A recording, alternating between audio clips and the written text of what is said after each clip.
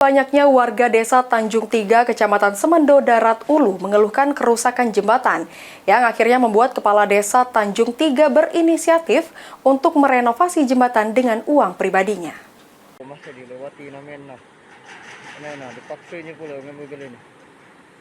Banyaknya keluhan masyarakat terkait kondisi jembatan di Desa Tanjung Tiga, Kecamatan Semendo, Darat Ulu atau SDU yang sudah mengkhawatirkan karena material jembatan yang sudah terancam roboh.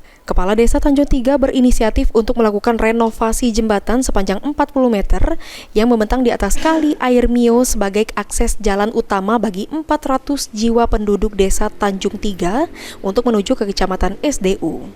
Kepala Desa Tanjung Tiga Junaidi mengatakan kalau dirinya berinisiatif untuk segera merenovasi jembatan dengan menggunakan dana pribadi karena banyak warga sudah takut untuk melintasi jembatan.